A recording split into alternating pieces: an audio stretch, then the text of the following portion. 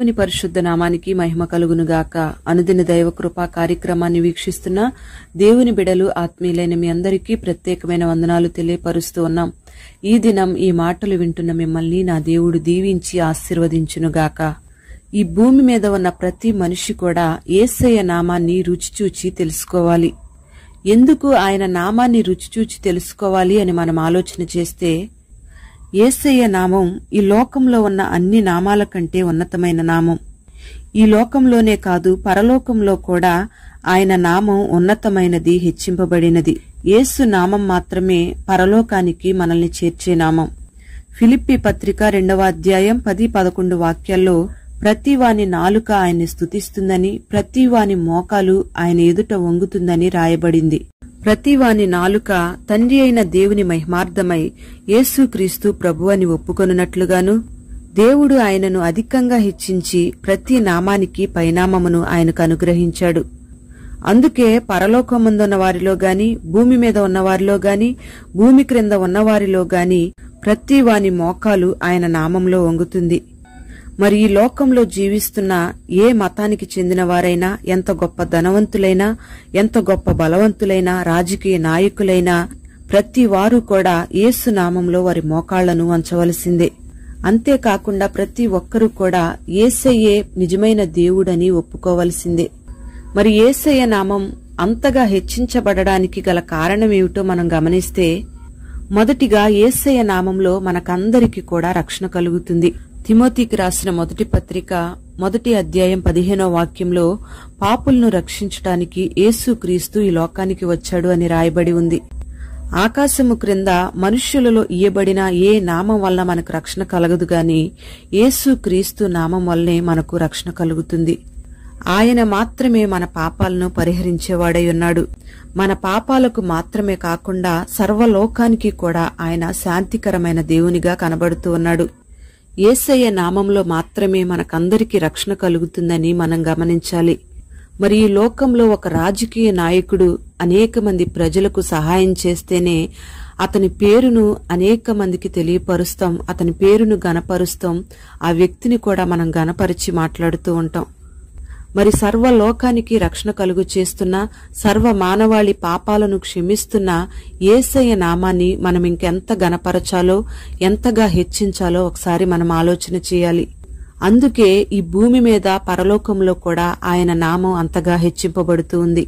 రెండవదిగా మనం గమనిస్తే, యేసయ్య నామం ద్వారా అపవాది బంధకాల్లోంచి మనకు విడుదల కలుగుతుంది. మార్కు సువార్త 5వ అధ్యాయం 1-5 వాక్యాలను మనం గమనిస్తే, అక్కడ అపవిత్రాత్మ పట్టిన ఒక వ్యక్తిని మనం చూస్తాం. అపవాది ఒక వ్యక్తిలో ప్రవేశించి వాన్ని బంధించినప్పుడు ఆ వ్యక్తి ఎటువంటి భయంకరమైన పరిస్థితిలో ఉంటాడో మనకందరికీ తెలిసిన విషయమే. మరి ఆ అపవాది చేత పీడించబడుతున్న మనుష్యుని యేసయ్య స్వస్థపరిచాడు. యేసయ్య ఇంతటి అద్భుత కార్యం చేయడానికి గల కారణం ఏంటంటే, దేవుడు నజరేయుడైన యేసయ్యను పరిశుద్ధాత్మతో, శక్తితో అభిషేకించడమే. అందుకే యేసయ్య అపవాది చేత పీడించబడుతున్న వారినందరినీ కూడా స్వస్థపరిచాడు. మరి పరిశుద్ధాత్మతో నింపబడిన యేసయ్యను చూడగానే అపవాది శక్తులన్నీ కూడా వణికిపోయాయి. ఆ అపవాది బంధకాల్లో ఉన్న వారినందరినీ కూడా యేసయ్య విడిపించి వారికి స్వస్థత అనుగ్రహించాడు. అంత మాత్రమే కాకుండా యేసయ్య నామాన్ని నమ్ముకున్న ప్రతి ఒక్కరికి కూడా అపవాదిని వెళ్లగొట్టే అధికారాన్ని అనుగ్రహించాడు. మరి యేసయ్య పొందుకున్న ఆ పరిశుద్ధాత్మ శక్తిని ఆయన మనకు కూడా అనుగ్రహించాడు. ఆ పరిశుద్ధాత్ముడు మనలో ఉంటే అపవాది క్రియల్లో మనం పడిపోకుండా మనలను దేవుడు నడిపిస్తాడు. మరి ఆయన నామాన్ని మనం ఆశ్రయిస్తే అంధకార శక్తుల మీద విడుదల కలుగుతుంది, వాటి మీద మనకు అధికారం కలుగుతుంది. అందుకే యేసయ్య నామానికి అంత విశేషత ఉంది. మూడవదిగా మనం గమనిస్తే, యేసయ్య నామం ద్వారా మనం పరలోకానికి నడిపించబడతాం. ఎఫెసీ పత్రిక 2వ అధ్యాయం 7వ వాక్యంలో, క్రీస్తు యేసునందు మనలను ఆయనతో కూడా లేపి పరలోకమందు ఆయనతో కూడా కూర్చుండబెట్టెను అని రాయబడి ఉంది. ఈ వాక్య భాగాన్ని బట్టి మనం ఆలోచన చేస్తే, యేసయ్య నామాన్ని బట్టే మనం పరలోకానికి వెళ్లగలుగుతామని మనకు అర్థమవుతుంది. ఆయన నామం ద్వారానే మనల్ని పరలోకానికి ఆయన నడిపిస్తాడు. మనల్ని పరలోకానికి తీసుకువెళ్లగలిగిన ఆయన ఉన్నతమైన నామ ఎడల మనమందరము కూడా భయభక్తులు కలిగి ఉండాలి. ఎందుకంటే ఆయన నామమే మనకు బలమైన దుర్గం. యేసయ్య నామం పోయబడిన పరిమళ తైలంతో సమానం. మరి ఎంతటి ఘనమైన నామం కలిగిన దేవుని ఎడల మనమందరము కూడా కడు భయభక్తులు కలిగి ఉండాలి. మీకా గ్రంథం 6వ అధ్యాయం 9వ వాక్యంలో, ఆలకించుడి, యెహోవా పట్టణమునకు ప్రకటన చేయుచున్నాడు, జ్ఞానము గలవాడు నీ నామమును లక్ష్యపెట్టుచున్నాడు అని రాయబడి ఉంది. ఎవరైతే ఆయన నామాన్ని గణపరుస్తూ, ఆయనకు భయపడుతూ, ఆయన్ని గౌరవిస్తూ, ఆయనకు విధేయత చూపిస్తూ, ఆయన్ను ప్రేమిస్తూ ఉంటారో వాళ్లే జ్ఞానం కలిగిన వాళ్ళు. ప్రియ దేవుని బిడ్డ, ఈ మాటలు వింటున్న నీవు యేసయ్య నామాన్ని అంగీకరించి యేసు నామంలో నువ్వు విశ్వాసం ఉంచినట్లయితే నువ్వు నిజంగానే జ్ఞానవంతుడివి. ఆయన నామాన్ని అంగీకరించిన నీవు నిజంగానే జ్ఞానవంతురాలివి. మరి మన జ్ఞానాన్ని పాడు చేయడానికి, మనల్ని పరలోకానికి వెళ్లనివ్వకుండా చేయడానికి మనకు విరోధి అయిన అపవాది అనేక రకాలుగా మన మీద పోరాడుతూ ఉంటాడు. కాని మనం ఏ మాత్రం వాడికి భయపడకూడదు. మన హృదయాలను ఏ మాత్రం కూడా కలవరపడనీయకూడదు. ఎందుకంటే యేసయ్య నామంలో ఆయన శక్తిని మనకు అనుగ్రహించాడు గనుక, అపవాదిని వెళ్లగొట్టే అధికారాన్ని దేవుడు మనకు అనుగ్రహించాడు గనుక మనం భయపడకుండా వాణ్ణి ఎదిరించాలి. అపవాదిని నువ్వెప్పుడైతే ఎదిరించి జయించగలుగుతావో అప్పుడే నువ్వు ఈ లోకంలో జ్ఞానం కలిగిన వ్యక్తిగా జీవిస్తావు. ప్రియ దేవుని బిడ్డలారా, మనం ఎప్పుడైనా గొప్పవారి ఇంటికి గాని, బంధువుల ఇళ్లకు గాని వెళ్లినప్పుడు పండ్లు గాని, స్వీట్స్ గాని తీసుకుని వెళ్తాం. మరి మన ప్రభువైన యేసయ్య దగ్గరకు వెళ్లేటప్పుడు మనం జిహ్వ ఫలాల్ని అర్పించాలి. అంటే దేవునికి మనం ఎల్లప్పుడూ కూడా స్తుతియాగం చెల్లించాలి. అంటే ఆయన నామాన్ని మనం ఎప్పుడూ ఒప్పుకుంటూ దేవునికి స్తుతి చెల్లించాలి. అప్పుడే పరలోక రాజ్యంలో యేసయ్య నామంలో మనం ప్రవేశం పొందగలుగుతాం. ప్రియ దేవుని బిడ్లారా, యేసయ్య నామంలో ఎన్నో గొప్ప ఆశీర్వాదాలు దాచబడి ఉన్నాయి. అందుకే ఆయన నామాన్ని మనమందరము కూడా రుచి చూచి ఎరగాలి. ఆయన నామాన్ని గణపరచాలి, ఆయన నామాన్ని స్తుతించాలి.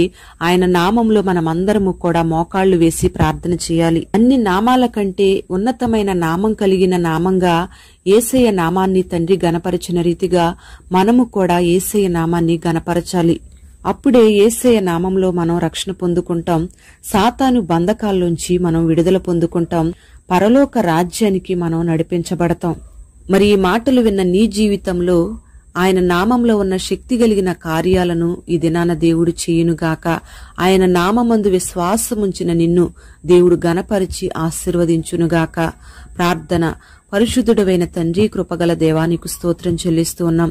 ఎంతైనా గొప్ప దేవుడవు, శక్తి కలిగిన దేవుడవు, అన్ని నామాల కంటే ఉన్నతమైన నామం కలిగిన గొప్ప దేవుడవు. నీ నామంలో కలిగే ఆశీర్వాదాలను మీరు మాకు తెలియపరిచారు.